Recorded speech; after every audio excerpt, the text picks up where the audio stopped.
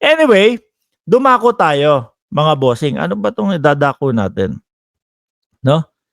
Sunod na dito 'to, isunod natin yung ano, yung pagsasalita ni VP Sara, mga kababayan. Yung nakita kong live ni Attorney Libayan, mga bossing, ito. Ayan, ayan, ayan. Attorney Libayan. So ngayon, binigyan niya, 'no, ng reaction itong vlog ni Maharlika. Kasi nga po, talagang medyo na ano sila, nagulat sila. I love you-han, I love you-han. May nag-I love you kay may nag-I love you kay Tunying. So naintriga tuloy siguro si Attorney Libayan at nai-content niya, mga kababayan. So narinig niya at ipinarinig niya din daw po doon sa asawa niya kay Attorney Magalong na pakinggan mo nga ito. Although hindi alam nung asawa o SME, no, ni Attorney Libayan kung ano yung issue ni Maharlika at ng First Lady. So sabi niya, wala. Parang ano, I love you na magkaibigan. Walang mali siya. Mga boss, ganoon. So walang mali siya. Parehas po nung kung ano yung mga pagkakaintindi natin, walang mali siya. Kasi po ako, boss, mga boss, talagang simula't simula pa lang po. Unang pagkakarinig ko pa lang po nung I love you na yun, ano, wala talagang mali siya. Sinupalpal na nga ni Glenn Chong din ba sa ano niya, sa live niya. Kasi si Lisa Marcos kasi mahilig mag-I love you yan, Kumbaga parang normal na lang kay Lisa Marcos yan, Si Maharlika parang, okay. Parang gano'n, medyo napahiya po, mga bossing. Ang pinaka narinig ko talaga dito, 'no, nandiyan ba si Takeru Miyamoto? Oy, Takeru! Ayan. Takeru Miyamoto.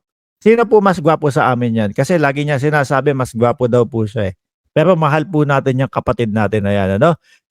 Suportahan niyo po yung channel niyan, 100,000, 100,000, ano ba? 105,000 na yata yung subscriber niyan din ng kapatid natin na si Takeru Miyamoto. So ako, mga kababayan, sabi ko nga po, simula't simula pa lang nung narinig, I love you too, Chris Rose. 'Di ba? Yung mga tipong ganun lang. Pero kay Maharlika, mga bossing, anak ng tinapa. Dahil nga po sa kakahanap ng maibubuta sa First Lady Lisa Marcos, mga kababayan, pati po yung simpleng pag I love you, binigyan ng mali siya.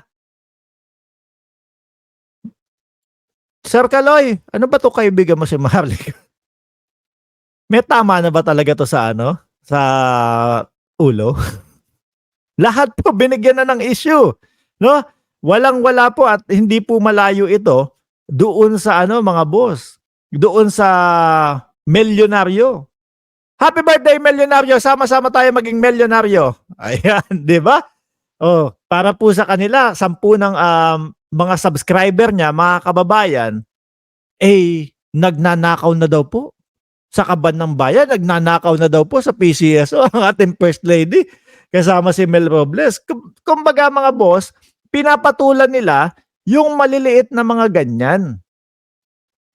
Pinapatulan nila gagawa nila ng paraan para magkaroon ng problema o para magkaroon sila ng butas. Sabi ni Ronel Javier tuloy, social climber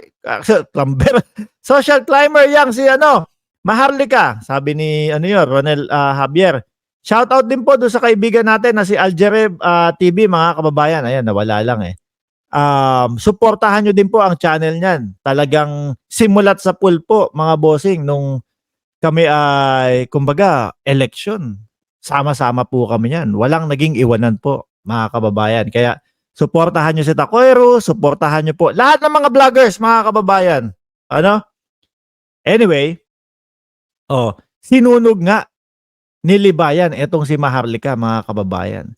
At ito pa narinig ko, no? Ito pa ang narinig ko, mga bossing. Kasi nga daw po, doon sa pinlay ni Maharlika, merong binanggit si First Lady ng between you and I. Kung totoo man po yung video o yung voice recording na yun, kung totoo man po, no? Binanggit niya doon na Um, ano ba tawag niya kay Katonyeng? Anthony, o ganito, between you and I, blah, blah, blah, blah, blah, blah, ganito.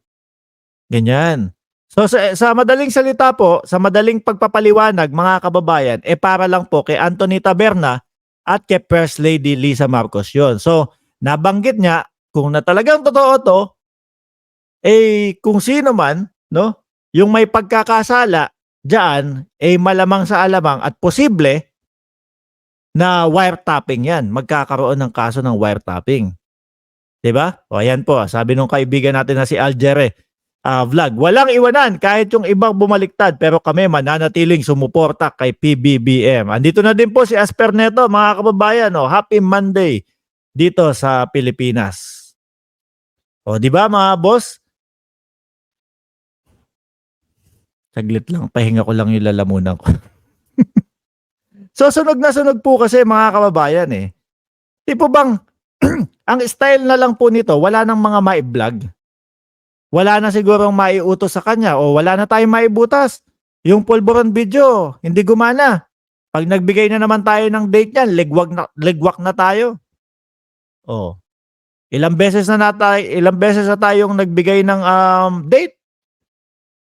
Wala pa din. 'Di ba? Ilang beses na tayong nagsabi na may pulburon video, wala pa din.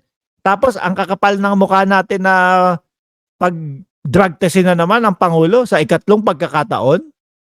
Pangatlong pagkakataon, inom ka juice or watermark. Opo, okay lang. Kakakain ko lang po steak kanina. Nandito pa nga yan, pinakita ko sa inyo. Kasi yung mga ibang pagkain, mga bossing, mas mura dito. Yung mga steak na ganyan. Kaysa doon sa tuyo. Pag nagtuyo ako, automatic $10 agad 70 pesos ang kada dollar dito. Kaya nag-steak na lang ako, kapresyo lang. Wala nang mai-content to mga bossing. Kaya po, ang pilit na ginagawa na lang nila, mga boss, kahit ano po ibubutas. No, kahit po yung mga simpleng ganyan, na wala namang katuturan, wala namang pong mali siya, bibigyan nila ng mali siya. Di ba po nakakahiya yung ganong mga vlog? Sabi ni Heriberto Junior Doble, ayokong pansinin tong si Skylar Summer. Ngayon lang nagparamdam yan. Sabi ni Heriberto Junior Doble, obsessed masyado si Maharlika sa First Family. Di yan makakatulog kung di makapanira ng First Family. Totoo po. Siguro yung mga nag-uutos sa kanila, sino sa tingin nyo yung nag-uutos sa kanya? Sino? Ako ang naiisip ko, no? Naiisip ko lang naman to, hindi ko mismong sinasabi na siya mismo. Kasi nabanggit na din po ni Maharlika, no? Na si Duterte nagpanimula nitong mga ganito Sabi ko sa isip-isip ko, hindi kaya lahat nung binabanggit niya na paninira sa ating Pangulo galing kay Pangulong Duterte? Yun lang naman po tanong natin. 'Di ba? Pero sabi ko nga sa inyo, galing mismo sa bibig niya na ngayon lang dumating si Skylar si Summer. Ngayon lang po yan dumating. Tagal na wala niya mga bossing. Shout out sa iyo. Sa tingin niyo po, mga kababayan, meron niyang nanggagaling nga kay dating Pangulong Duterte yung utos dito kay Maharlika para magsabi ng mga hindi katotohanan sa ating Pangulo. Napanood ko sa isang vlogger na si Digong, ang puting ahas ni Maharlika, sabi ni Ma'am Edil. Ma'am po ba o sir? Cantona. Ayan. Rowie, kasama sa plano ni Digong ang paninira. Saldi Zambrano, desperado na mga DDS vloggers. Kaya kung ano-ano ang mga mai-content nila against PBBM at NFL. Medyo kinakabahan na nga po sila kasi nakikita nila na yung mga kakamping po sumusuporta ngayon sa sa Red, no? Kay Pangulong Bongbong Marcos. Alam ni Ma'am Lynn Garcia, no? Matagal na wala yan, Ma'am Lynn Garcia, no? Si Skylar.